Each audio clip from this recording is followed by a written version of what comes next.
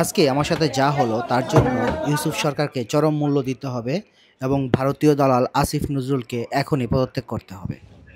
গত শনিবারে আমি আর সোহাগ বাসার মাসিক কাঁচা বাজার করার জন্য মোহাম্মদপুর কৃষি মার্কেটে গিয়েছিলাম। রমজানের শুরুতে বাজারের দাম একটু বেশি হওয়াতে আমরা দু একদিন পরেই বাজারে যাই। বাজারে গিয়ে আমরা তো অবাক, গরুর মাংস বিক্রি হচ্ছে মাত্র 700 টাকা কেজি, তাও দামাদামি করাতে 680 টাকায় পেয়ে গেলাম। হাসিনা আমলে গরুর মাংস কখনো 750 টাকার নিচে কিনতে পারি নাই। এইদিকে পাকিস্তানি মুরগিটা বিক্রি হচ্ছে 270 টাকা কেজি, যেইটা হাসিনা আমলে 320 টাকার নিচে কখনো কিনতে পারি নাই। আর ফার্মের মুরগি বিক্রি হচ্ছে 190 টাকা, যেটা আগে 200 থেকে 210 টাকা থাকতো। একটা 2 কেজি প্লাস সাইজের বোয়াল মাছ কিনলাম 600 টাকা কেজি। আগে এগুলা 800 থেকে 900 টাকা কেজি বিক্রি হতো এবং ম্যাক্সিমাম সময় এগুলো পাওয়াই যেত না, কারণ ঘুষখোরেরা আগেই বেশি টাকা দিয়ে এগুলো কিনে ফেলতো। সাথে বিশাল সাইজের ট্যাংরা মাছ কিনলাম, এগুলোও আগের চেয়ে অনেক কম দামেই পেয়েছি। রান্নার জন্য আরও 3টি খুবই গুরুত্বপূর্ণ উপাদান হচ্ছে আলু, টমেটো এবং পেঁয়াজ। এই 3টার দামই অতীতের যে কোনো সময়ের চেয়ে রেকর্ড পরিমাণ কম। আলু পাওয়া যাচ্ছে মাত্র 20 টাকা কেজি। আমি লাল আলু কিনলাম, তাও 25 টাকা কেজি, 2 কেজি পেয়েছিলাম। সুন্দর দেশি পেঁয়াজ মাত্র 40 টাকা কেজি, টমেটো মাত্র 20 টাকা কেজি। আর এত সুন্দর টমেটো মনে হয় না বহু বছর খেয়েছি।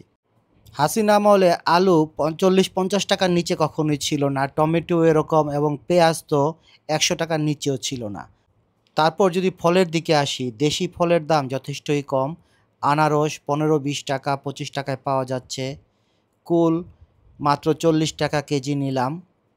সবচেয়ে বড় ব্যাপার হচ্ছে তরমুজ সিজনের শুরুতে মাত্র 50 টাকা কেজি তরমুজ আগে কখনো খেয়েছি বলে মনে হয় না। সিজন শুরুই হতো তরমুজ 100-120 টাকা কেজি।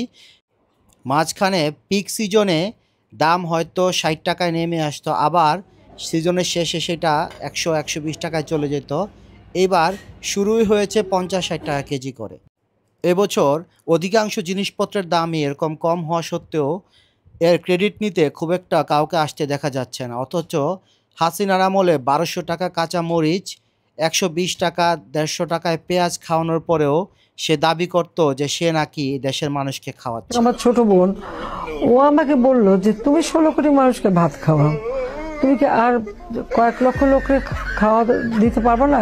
জিনিসপত্রের দাম অনেক কমেছে, আবার কোনো কারণে বাড়তেও পারে, কিন্তু আমরা এমন প্রধানমন্ত্রী আর চাই না যে জনগণের প্রতি সিম্পিথি না দেখিয়ে বরং জিনিসপত্রের দাম বৃদ্ধি পেলে তাদের সাথে মকারি করবে। রোদে শুকায় রেখে দেন, বর্ষাকালে যখন দাম বাড়বে ওটা কিছু একটু পানিতে রাখলে কিন্তু আবার তাজা হয়ে যায়, আবার রান্না করে খাওয়া যায়। সহজ বুদ্ধি।